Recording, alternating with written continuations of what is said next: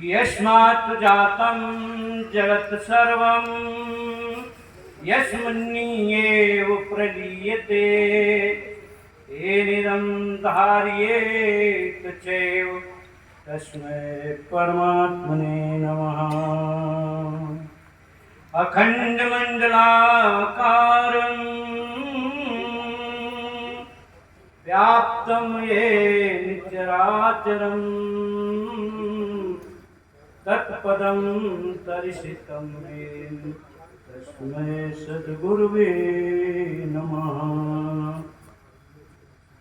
परम मंगलमय विश्वरूप परमात्मा परमात्मा स्वरूप तत्वदर्शी सद्गुरु के चरणों में सादर नमन करते हुए कलयुग में दिव्य दृष्टि के आविष्कारक सत्य प्रवर्तक नवम बुद्ध अवतार नारायण भगवान श्री मानंद जी चैतन्य द्वारा स्वधर्म के अनुसार आत्म शांति एवं विश्व शांति संस्थापित केंद्रीय अध्यात्म विज्ञानशाला के जो 5वें संचालक नारायण स्वरूप परम पूज्य स्वामी जी के चरणों में सादर नमन करते हुए जिनकी ये जन्मभूमि एवं कर्मस्थली रहा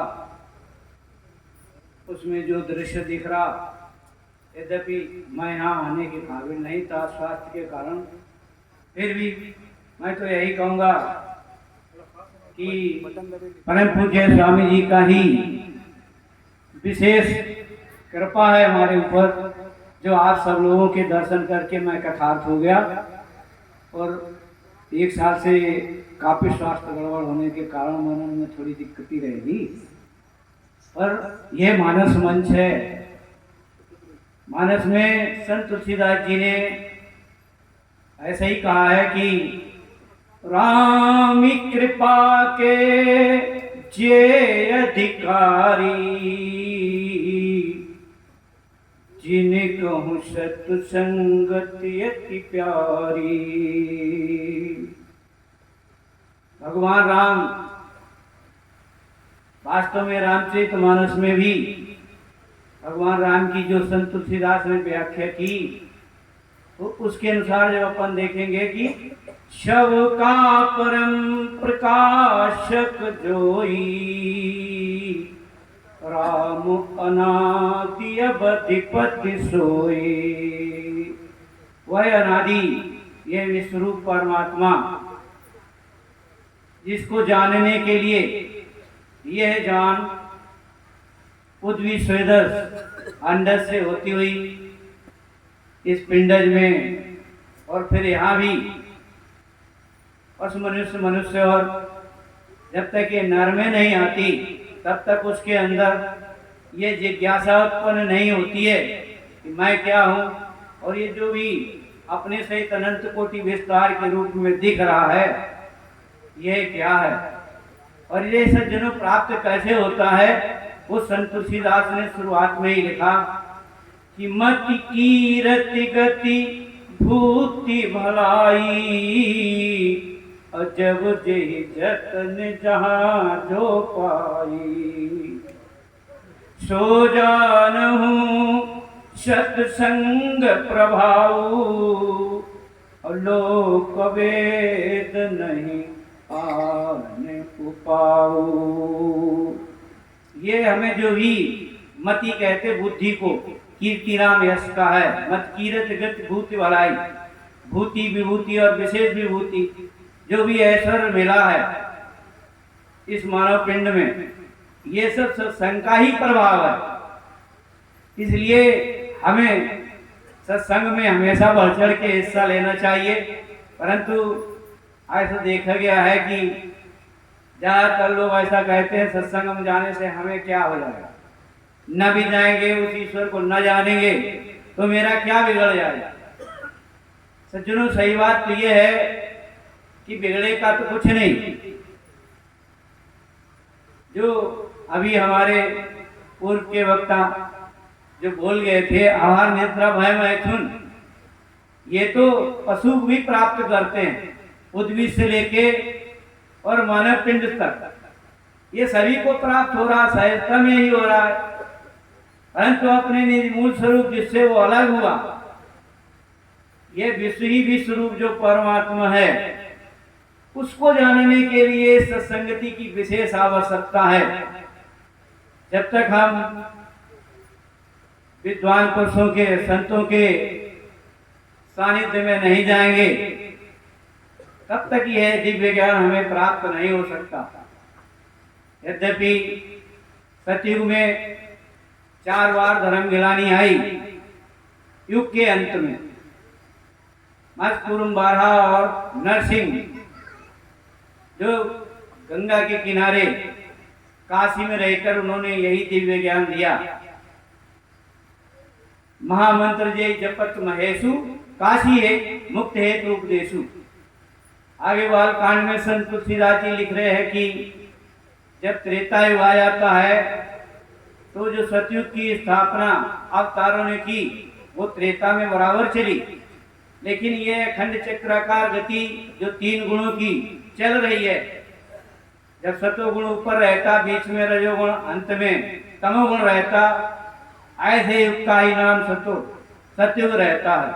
पर जब रज ऊपर हो जाता, बीच में सत आ जाता, अंत में तम आ जाता, तो सबका प्रकाश पड़ता रहता है, तो उतनी जल्दी मलिनता नहीं आती है। जिस कारण से श्रुति काली में यानी त्रेता युग, जिसमें भगवान राम का विशेष उल्लेख मिलता है, और भगवान राम ने जब धर्म स्थापना की, इस विश्वरूप परमात्मा को समझाया और करके दिखाया, तो त्रेता वही सतयुग की करनी।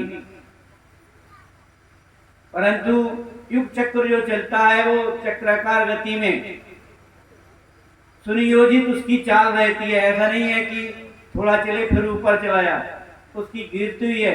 अवतरण अवस्था का नाम ही द्वापर है, तो द्वापर में रज आगे हो जाता है, वो तो रहता ही है, पर बीच में तम आ जाने के कारण अंधकार पड़ता है, अंत में सच चला जाता। ऐसे युग का ही नाम द्वापर है, जिसमें धर्म के 2 पट टूट जाते हैं। उसकी घूमती हुई अवस्था और नीचे आनी थी, उसके कारण तमोगुण ऊपर हो गया और बीच में सतोगुण, अंत में अब रजोगुण है। तो द्वापर तक जो अवतार हुए वो युग के अंत में हुए, परंतु जो कलयुग में तीनों युगों में नहीं हुआ।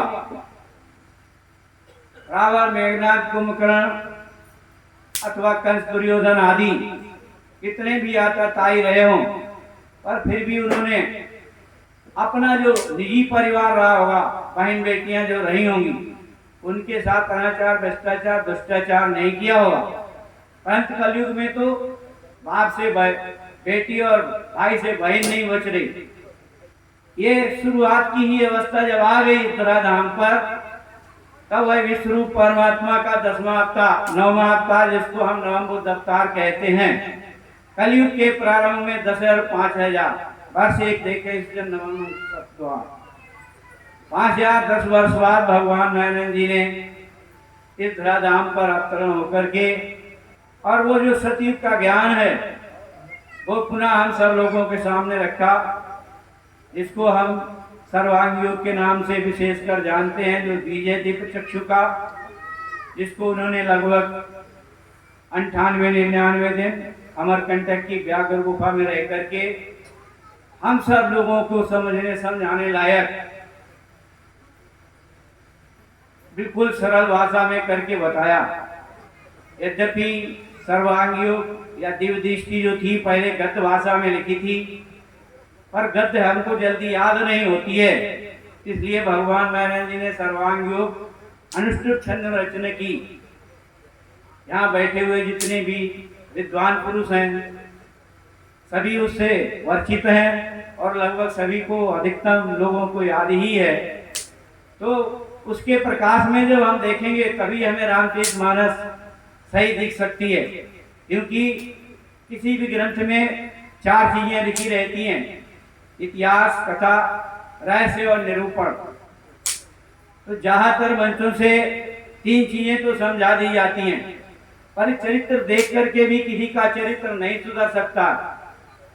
इसलिए निरूपण जो है वो जब तक हम नवम बुद्ध अवतार भगवान नारायण जी की युक्ति के द्वारा न देखेंगे तब तक हमें वो नहीं दिख सकता। पहले ही अध्याय में जो सर्वांग योग है, नवम अवतार भगवान महाराज जी कह रहे, मैंने श्रुति स्मृति शास्त्र पुराण आदि हैं पढ़े, यथा विधान कर्मों को उनके करके लखा, तो भी चंचलता मेरे मन की मिटती नहीं, समाधान नहीं स्थायी वो कैसे मुझको मिले। तो सब कुछ करके देख लिया, अपन ने भी देखा अपने जीवन काल में, सब लोगों ने जितना कर पाया या पूर्व में करके आए, परंतु क्या उससे ग्रंथों के पढ़ने से अथवा अन्य जो क्रियाएं हैं, जैसे रामचरितमानस में ही लिखा, जिसमें आज हम सभी लोग फंसे हैं, उमा जोग जब दान तप नाना दम व्रत नेम, राम कृपा नहीं करें जैसे केवल प्रेम। इन्हीं क्रियाओं में हम फंसे हुए हैं, जिस कारण से जो भगवान का दिव्य ज्ञान है उससे हमारा मेल नहीं खा पाता। कोई योग कर रहा, कोई जप कर रहा, कोई तप कर रहा, इसी में फंसे। भगवान श्री कृष्ण ने भी गीता अध्याय 11 के 53वें श्लोक में कहा, वेदों से तप करने से, दान से अथवा नृत्य से अशक्य जानना जैसे तूने लिखा मुझे। भगवान राम ने भी कहा, योग न जब तम उपवासा, कहा भगत पथ कमन प्रयासा। भक्ति के मार्ग में सज्जनों इन सब चीजों की करने की तो कोई आवश्यकता ही नहीं, भगवान राम ने कहा। हमारे जितने इंटरनेशनल ग्रंथ हैं वो तो ऐसे ही समझा रहे हैं, परंतु हमारी अधिकतम जो भारत भूमि की क्या विश्व की जो जनता है वो काहे में लगी, इसी क्रियाकलापों में लगी हुई है। अभी कुछ ही दिन पहले नवदुर्गा रहे, अधिकतम माताएं उसमें 8 दिन 9 दिन उपवास रह के, जबकि भगवान श्री कृष्ण जी गीता में क्या कह रहे हैं, जो अधिक खा लेते हैं, जो भूखे ही निरार हैं, जो अधिक जागे सोवे, उनसे योग सदे नहीं। युक्ताहार विहारी जो युक्ति कर्म आचरे, युक्त है जागना सोना उसका युक्त करे। तो हमें न ज्यादा खाना है न कम खाना है, जिससे हमारा स्वास्थ्य ठीक रहे, हम सुपाच्य अच्छी तरीके से अपने भोजन को कर लें। ऐसा हमें जब हम करेंगे, हमारी सारी क्रियाएं जब योग युक्ति से होंगी, तब शरीर स्वस्थ रहेगा, और जब शरीर स्वस्थ रहेगा तभी हमारा मन पूजा पाठ आदि में जाएगा। पूजा का मतलब है पूर्ण जानकारी करना, पा माने पूर्ण, जा माने जानकारी। तब कहते हैं तत्व पहचान को, जो संत तुलसीदास जी ने रामचरितमानस में पार्वती के मुख से कहा दिया, प्रभु पुनि खाओ सोई तत्व बखानी, जय विज्ञान मगन मुनि ज्ञानी। तो वो तत्व ज्ञान की ही बात जब तक अपन न समझ पाएंगे, तब तक यह जीवन लेना हमारा कृतार्थ नहीं रहेगा। भगवान दूसरे अध्याय में, जो पहला अध्याय था, सब कुछ करके देखा मेरा भ्रम नहीं गया, दूसरे अध्याय में भगवान ने अधिष्ठान रखा, बतासे अपने आगे रखना, भूलना नहीं, फिर वे सूक्ष्म दृष्टि से देखना बोध के लिए, ये में बोध होते ही मुक्ति है ब्रह्म जाल से। भगवान कह रहे स्वरूप वस्तु का देखो, भगवान कह रहे देखो, दिख रहा कि नहीं। अब कह दिया आप दिख रहा, क्योंकि आपका काम क्या है, देखना। जब से माँ के गर्भ से आए तो सबसे पहले मेरा कौन सा अहंकार किया, आंख खुली तो ये दिख ही रहा, निरंतर दिख रहा। पर ये हम भूल गए कि जो दिख रहा है वो मेरा अपना निस्वरूप ही है। उसी को समझाने के लिए जितने भी ग्रंथ हैं, जो भी महापुरुष हुए, जो भी अवतार आए, अपने निर्मूल स्वरूप की पहचान कराने के लिए ही धराधाम पे आए। वही कह रहे हैं स्वरूप वस्तु का देखो, और देखा सो क्षर जानना। इसके सहित जो कुछ भी अपने सहित दिख रहा, हम अपनी तरफ देखें तो क्या माँ के गर्भ से ऐसे आए, निरंतर परिवर्तित होते हुए। 1-1.5 फुट का बच्चा रहता और निरंतर प्रतिक्षण माँ गोद में खिलाती रहती, पर ये नहीं जानती कब परिवर्तन हुआ, बच्चा कब बड़ा हुआ। किसान जो खेत में बीज बोता है, बीजारोपण करता है, निराई गुड़ाई सब करता है, लेकिन ये नहीं जान पाता कि परिवर्तन कब हुआ, क्योंकि एक सेकंड के कोटांश में भी वो निरंतर परिवर्तित होता ही रहता है। वही भगवान कह रहे स्वरूप वस्तु का देखो, जो कुछ ये दिख रहा, देखा सो छल जानना, हरिये मध्य में इसके अक्षर ब्रह्म मिठास हो। अब इसका मध्य कहाँ है? जिसे मिठास कहते हैं, वास्तव में मीठापन और मिठास दो शब्द रहते हैं। मीठापन तो हमारी जीभिया को लगता है और मिठास बुद्धि को लगती है। मिठास नाम काहे का है? उपयोगिता के प्रियत्व का।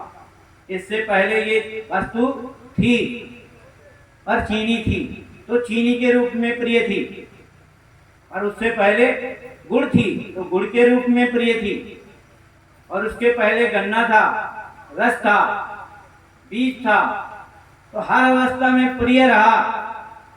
तो बुद्धि को लगने वाली जो प्रियता है उसका नाम है मिठास। वही भगवान यह कहना चाहते, वही समझाना चाहते हैं।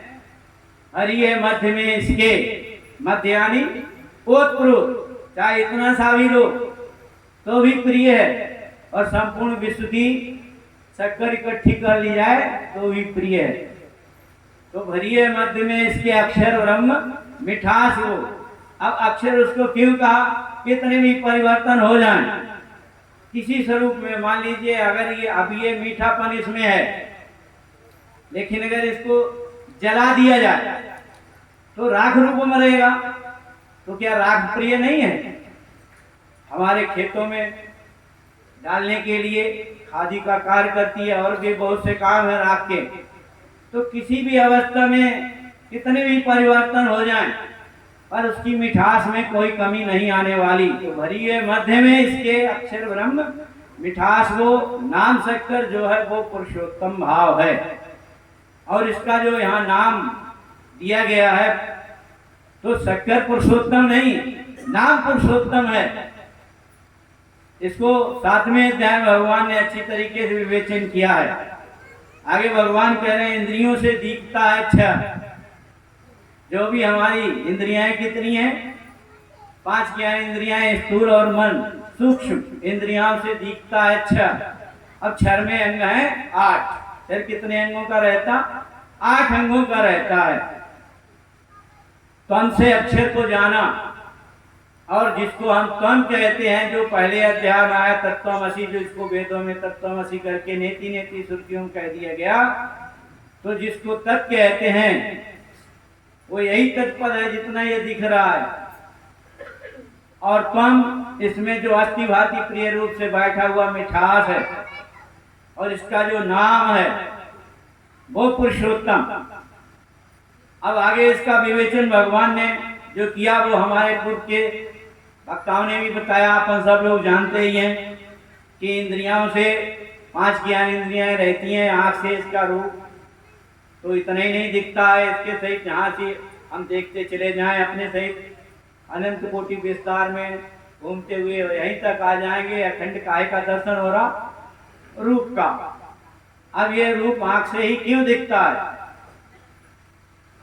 क्योंकि ये आँख हमारी वास्तव में जो विश्व विराट के 5 अंग स्थूल में हैं, अग्नि, अग्नि ही ये जो चक्षु है हमारी, वो इस आँख रूपे झरोखे में बैठी है। अगर आँख बनी भी रहे और चक्षु शक्ति न रहे तो हम रूप को नहीं देख सकते। तो यहाँ से लेके अपने सहित हमने अखंड रूप भाव से काहे का दर्शन किया? वास्तव में अग्नि का ही, अग्नि ही चक्षु है और अग्नि ही रूप बन के बैठी है सर्वत्र। तो अग्नि से अपन सर्वत्र जो भी दिख रहा है वास्तव में काहे का रूप दिख रहा है? अग्नि का। और जो अपन ने अपने दूसरे साधन का प्रयोग किया, इसे हाथ लगा देखो, आता है स्पर्श ध्यान में। जब हमने कुछ हुआ तो हमें काय की अनुभूति आई? स्पर्श की। ये स्पर्श भाव सर्वत्र विश्व में है भरा हुआ। तो यहाँ से जैसे जहाँ जहाँ रूप देखा अपन छूते चले जाएं तो अखंड हमको काय की अनुभूति आएगी स्पर्श की। पर बिना छुए नहीं आएगी कि कहीं चिकना है, खुरदुरा है, गर्म है, ठंडा है। जब छुएंगे तभी आएगी। अब ये त्वचा से ही क्यों आती है? क्योंकि ये जो चमड़ी है इसमें वायु ही त्वच शक्ति बन के बैठी है। अगर इसमें त्वच शक्ति निकल जाए, जिसको अपन कहते हैं फालिश मार गई, फालिश हो गई, तो फिर अगर छुएंगे टेंशन करेंगे तो फिर स्पर्श नहीं होगा। जब तक वायु रहती है त्वचा के रूप में, शक्ति के रूप में, तभी तक हमें स्पर्श होगा। इस रूप परमात्मा का तीसरा अंग आकाश है, जिसका विस्तार अपन देख ही रहे, जिसमें संपूर्ण चराचर सृष्टि स्थित है। अगर अवकाश ना हो तो अपन भी यहाँ नहीं बैठ सकते। आकाश यानी अवकाश, स्काई नहीं। तो इसमें शब्द है स्थाई, बजा के कान से सुनो। तो इसमें ही है, यहाँ नहीं है क्या? कहाँ नहीं, सर्वत्र है। और ये कान से ही क्यों आया? क्योंकि ये कान एक झरोखा है, इसमें वो आकाश शब्द रूप बन के बैठा, स्रोत शक्ति के रूप में। जब हमने इसको ठोका बजाया तो स्रोत के द्वारा हमें इसकी शब्द की अनुभूति हुई। अगर इसमें स्रोत शक्ति हमारी निकल जाए तो फिर हमें शब्द की अनुभूति होने वाली नहीं। चौथा साधन अपन सब लोगों के पास छिपिया है। विश्व विराट की का जो चौथा अंग है वो जल है। जल ही इस मानव पिंड में जिप्या बन के बैठा। वास्तव में क्या जिप्या रस ले सकती है? जिप्या तभी तक रस ले सकती है जब तक ये रस में डूबी रहे। जब तक इसमें रसनम शक्ति रहेगी तभी तक इसकी अनुभूति रस की करेगी। अगर हम जिप्या को बाहर निकाल करके धीरे धीरे साफ कर दें और फिर इसको लगाएं तो फिर हमें रस की अनुभूति नहीं होगी। तो वास्तव में रस जल ही इस जिप्या में रस रूप में बैठा है।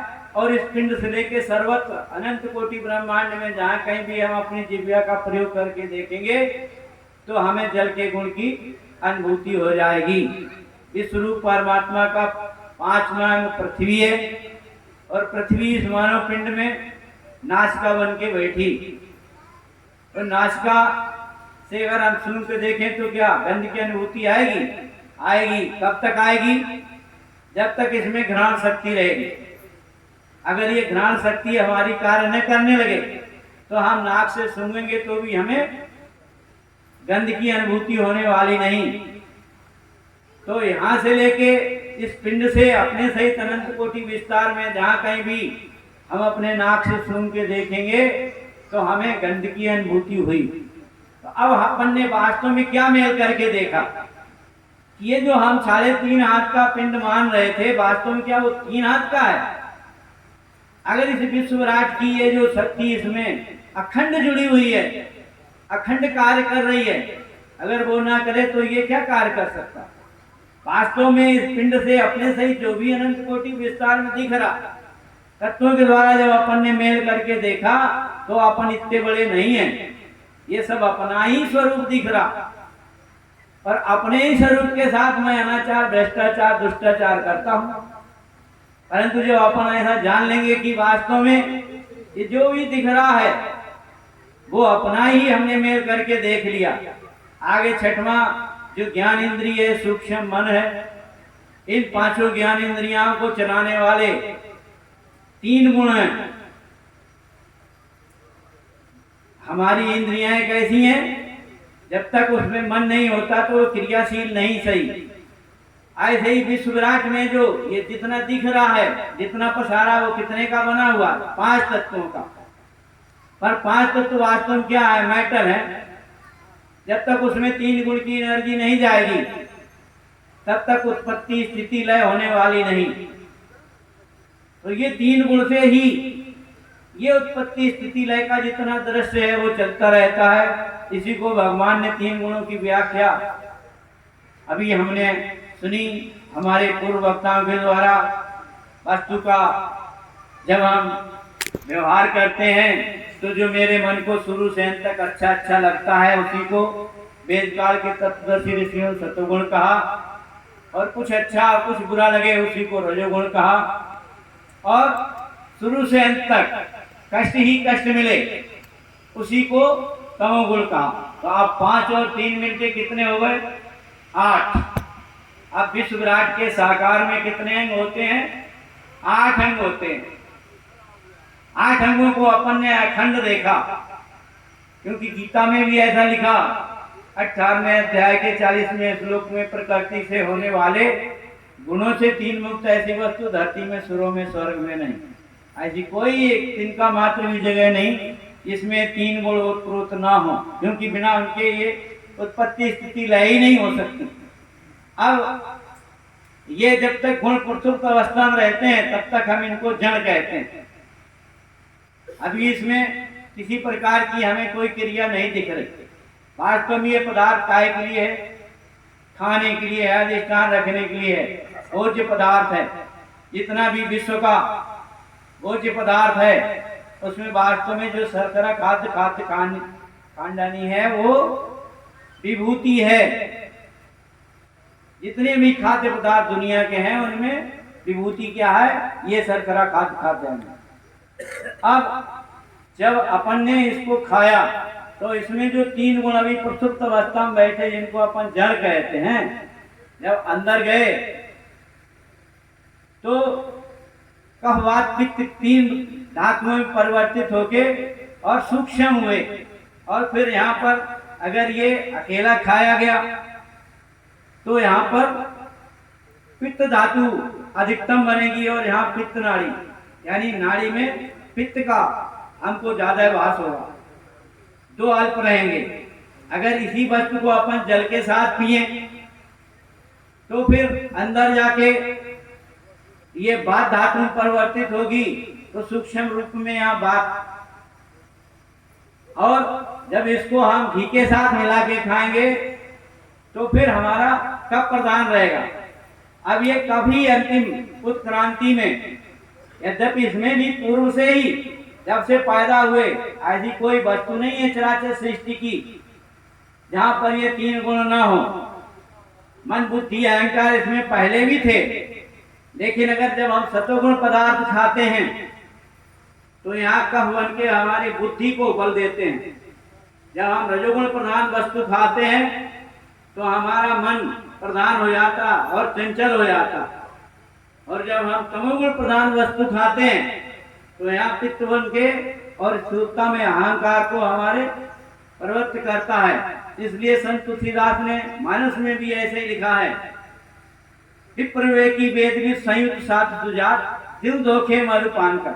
धोखे में भी अगर किसी महात्मा को भी एक बाटल पिला दी जाए तो फिर थोड़ी देर में उसका पूरा का पूरा दृश्य हमारे सामने आ जाता है। तो वास्तव में कर कौन रहा? जो इसमें बैठे हुए 3 गुण, तो 5 और 3 8, ये 8 का ही जितना ये स्वरूप दिख रहा है, जिसे हम सगुण साकार कहते हैं, जिसे माया कहते हैं, जिसे जगदम्बा कहते हैं, जिसे जगत जननी कहते हैं, जिसे सगुण कहते हैं, अपरा कहते हैं, अद्भुत कहते हैं, आदि आदि जितने भी नाम है गाया ऋषि छंदों ने इसे नाना प्रकार से अपने अपने देश काल और परिस्थिति के अनुसार अनेक विद्वानों ने अनेक नाम दिए। और ये है यही जो 5 3 8 का अपन ने प्रयोग करके देखा। 7वां साधन अपन सब लोगों के पास बुद्धि है।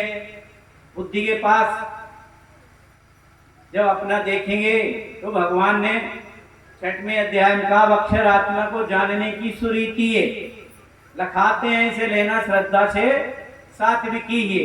वास्तव में अपनी निज बुद्धि उतनी सशक्त नहीं है जिससे अपन देख लें अस्तिवादी प्रयत्न को।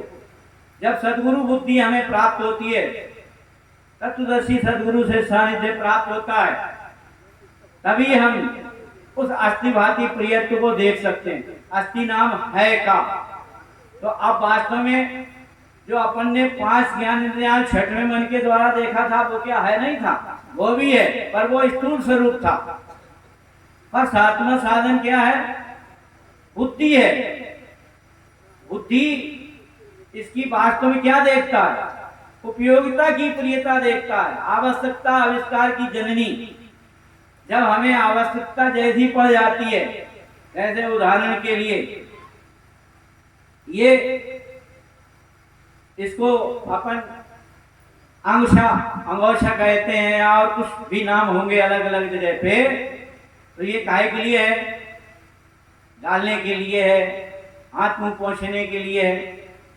अगर कोई वस्तु फैल गई और मेरे पास कुछ नहीं है तो किसी में रख लेंगे, अथवा किसी के चोट लग गई तो फिर बुद्धि कहती है अब कोई पट्टी वट्टी नहीं, तो इसी से उसको अपन बांध देंगे। और कभी कभी क्या होता है, घर में जाके, और जिस घर में कलह रहती है तो कलह के कारण आपस में इतना द्वंद्व हो जाता है कि अपन जो है घर छोड़ के जंगल में चले गए तो इसी से फांसी भी लगा ली। अब बताओ ये काहे के लिए प्रिय है? कौन बता? बुद्धि। वो उपयोगिता का प्रियत्व आवश्यकता आने पर केवल बुद्धि बता सकती है। तो जो हमारे 5 ज्ञानेंद्रियां और मन और सातवीं बुद्धि के द्वारा जो अपन नस्ति भांति प्रियत्व देखा, वो कैसा है? अखंड भरा हुआ है। उसी का ये दृश्य वास्तव में ये क्षर कायब दिखता है। जो अपन ने 5-3 से देखा वो कायब दिखा। अस्थि पे अस्थि ही नहीं है तो कायब देखो, और है तो दिखेगा, और दिखेगा तो फिर प्रिय भी होगा। और बताएगा कौन? बुद्धि। अब भगवान कह रहे मिठास को इच्छा देखो निज स्वरूप में, तो क्या देख सकती नेत्रों से निज रूप को? होते ही वृत्ति नेत्रों से देखना निज रूप, तो क्या दिखेगा? ये विश्व जितना दिख रहा है यही उसका स्वरूप है। अपने सहित जो कुछ भी दिख रहा, क्योंकि अपन ने मेल करके तत्वों से देखा, गुणों से देखा, अस्थि भांति प्रियत्व से भी देखा, ये भी उपयोगी है, ये भी उपयोगी, ये भी उपयोगी। और जितने भी ये परिवर्तन होते चले जाएंगे, इसमें कितने भी कर लो, रूप बदल जाएगा, नाम बदल जाएगा, गुण बदल जाएगा, लेकिन उपयोगिता तो रहेगी। किसी भी अवस्था में चाहे नाम भी बदले, रूप भी बदले, गुण भी बदल जाए, पर उपयोगिता में क्या कमी आएगी? अब निराकार इसलिए कहा है कि ये किसी एक आकार में नहीं है, इसी के कितने आकार हैं, और बदलते बदलते इस आकार में क्या ऐसा ही रहेगा। और अपने ही तरफ देख लें तो कितने आकार, शिशु से लेके अभी तक और अंत तक कितने जाएंगे, और कितने नाम होंगे। अनंत नामी अनंत रूपा, अनंत खेलों में खेलता, अनंत नाम इसके रहते हैं गुण के अनुसार। पर ये देखता कौन है? बुद्धि। अब इसमें 2 भाव आ गए, एक तो अस्थि भांति प्रिय जिसे कहते हैं निराकार निर्गुण, और दूसरा सगुण साकार। तो भगवान आगे कहते हैं नाम है उसके आगे जान के बुद्धि ही जहां लय को प्राप्त होती है वही सदरूप जानना। तदरूप, मदरूप और सदरूप। तो सदरूप किसे कहें? पुरुषोत्तम को। वही है अपना रूप। जितना ये दिख रहा, हमने इंद्रियों के द्वारा भी देखा, मन के द्वारा भी देखा, बुद्धि के द्वारा भी देखा, ये सब किसका? अपना ही स्वरूप दिख रहा। वही है अपना रूप पुरुषोत्तम भाव से। महिमा सदगुरु की। अगर सदगुरु ना मिलता तो ये हमें इतना अलग दिखता और ये अलग दिखता।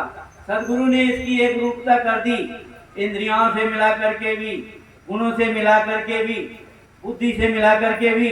तो भाई ये अपना रूप पुरुषोत्तम भाव से महिमा सदगुरु की ये निज बोधार्थ है। कई अष्टांग क्षर साकार, जो अपन ने 8 अंगों से देखा, साकार कायम देखा, इसी में देखा, इस पिंड से अपने सहित अनंत कोटि विस्तार में। अष्टांग क्षर साकार, नहीं रूप मिठास में। नहीं रूप मिठास का मतलब वो किसी एक रूप में नहीं है, सारे स्वरूप उसी के हैं। जैसे गीता अध्याय 11 में भगवान श्री कृष्ण कह रहे अर्जुन को, जब ये दिव्य ज्ञान देने के लिए, दिव्य दृष्टि देने से पूर्व में कह रहे हैं देख ले पार्थ तू मेरे अनंत स्वरूप हैं, अनेक भांति के दिव्य, अनेक रंग आए के हैं, रूप के। ये सब क्या है? वास्तव में जब अपन देखने जाते तो हमें स्वरूप का ही दर्शन होता, क्योंकि यहाँ अलग दिखता है, यहाँ अलग दिखता है, यहाँ अलग दिखता। और जब ये सब लय हो जाते हैं जिसमें, उसी को रूप कहते हैं। और फिर दोनों की पहचान कराने वाला जो संज्ञा रहती है उसको नाम कहते हैं। अब जैसे ये पिंडभूत शरीर है, इसमें कितने नाम हैं? इसका भी एक नाम है उंगली, इसका हाथ है, यहाँ सर है, यहाँ पैर है, कितने नाम है मेरे? अनंत। पर इनसे क्या मेरा व्यवहार चलेगा? अगर उंगली कह के करना चाहे या उंगली की सेवा करेंगे तो क्या विश्व की सेवा हो जाएगी या पूरे शरीर की सेवा हो जाएगी? अगर उंगली को नहलाएं धुलाएं सब कुछ करें तो क्या पूरा शरीर हमारा नहा धो जाएगा? अरे नहीं, केवल उंगली से नहीं, जिसमें अनंत नाम जुड़े हुए हैं, अनंत अंग जुड़े हुए हैं, उन सब नामों का भी एक नाम रखा। जैसे यहाँ इसका नाम सुरेंद्र रखा, ऐसे सुरेंद्र नाम का कोई पुर्जा इसमें नहीं है। भीतर से बाहर, ऊपर से नीचे, चाहे जहाँ पर आप किसी भी डॉक्टर से इसको अच्छी तरीके से करके देख लीजिए, सुरेंद्र नाम का पुर्जा न मिलेगा। पर संपूर्ण को मिला के इसका क्या नाम रखा? सुरेंद्र। बोलना तो कौन? सुरेंद्र। कानपुर से कौन आया? सुरेंद्र। बैठेगा तो कौन? सुरेंद्र। खड़ा होगा तो कौन? सुरेंद्र। तो इसी प्रकार से भगवान कह रहे हैं जो सब नामों का अहंकार होता है, ईश्वरी धर्म से विश्वरूप होता है, जिसमें अनंत कोटि के नाम, अनंत नाम दिख रहे हैं, अनंत विस्तार के अनंत नाम है, उन सब का भी एक नाम जिसको विश्वरूप कहते हैं। ये विश्व ही विश्वरूप परमात्मा है। ऐसा जब मेरी बुद्धि में धारण हो जाता है, जिसको रामचरितमानस में भी लिखा है, धर्म ते विरति योग ते ज्ञाना, ज्ञान मोक्ष प्रद वेद वखाना। अगर हमें बंधन और मोक्ष से छूटना है तो फिर पहले हमें ये ज्ञान स्वरूप धारण हो जाना चाहिए कि अपने से ये जो कुछ दिख रहा है ये विश्व ही विश्वरूप परमात्मा है। और फिर क्या बनता है? हमारा स्वकर्म बनता है। इस पिंडभूत शरीर को परमात्मा ने जिस काबिल बनाया, अगर सतोगुण प्रदान होगा तो ज्ञान का कार्य करेगा, रजोगुण प्रदान शुद्ध रहेगा तो रक्षण का कार्य करेगा, और अगर मलिन रहा रजोगुण तो पोषण का काम करेगा, और अगर तमोगुण प्रधान रहा तो फिर सेवा का कार्य करेगा। यही चार प्रकार के संपूर्ण विश्व में ज्ञान, रक्षा, पोषण और सेवा, ये चार ही कार्य हैं इस मानव जगत में। तो जिस भी तरीके के लिए विश्वरूप परमात्मा ने पिंडभूत शरीर को बनाया, उसको हम जान करके अच्छी तरीके से अपने गुण को पहचान करके, गुण नाम ही स्वभाव का है और स्वभाव को ही वास्तव में वर्ण कहते हैं, और फिर अकर्म रूप से दिखे विश्व में वो सदैव ही, तो फिर हमें करना नहीं पड़ता, स्वयंभू होने लगता है। जब हम अपने गुण को जान लेते हैं और ये जान गए कि ये मैं इतना बड़ा नहीं हूं, जैसे अपने इस पिंडभूत शरीर के लिए हमें या एक अंग के लिए कुछ करना पड़ता, सबके लिए करना पड़ता, जितना भी सब अंग मेरे प्रिय हैं। ऐसे ही जब ये विश्व मेरा प्रिय हो जाएगा पूरा, जिस दिन मैं ये जान गया कि मैं और ये दो नहीं है, उस दिन मैं किसके लिए करने लगूंगा? मेरी सेवा बदल जाएगी। इस केवल पिंड या परिवार नहीं, ये संपूर्ण विश्व अपना ही रूप है, अपना ही रूप है। इसलिए ऐसा जान करके फिर हम इसकी जो भी लायक ये पिंडभूत बनाया सेवा करेंगे। ऐसा कहते हुए समय पूरा हो गया होगा, हम अपनी वाणी को विराम करते हैं। जो भी त्रुटियां हुई हो हम क्षमा प्रार्थी हैं। सदगुरु भगवान की जय, विश्वरूप परमात्मा की जय, सनातन धर्म की जय, मातृवा नर्मदे हर। बिल्कुल अयम निजम है, यह तेरा है, पर उदार चरितनाम वसुदेव कुटुंबकम। और शेष बुद्धि वाले यही सोचते हैं कि संसार ही उनका परिवार है, विश्व परमात्मा है। बहुत बहुत धन्यवाद, आभार।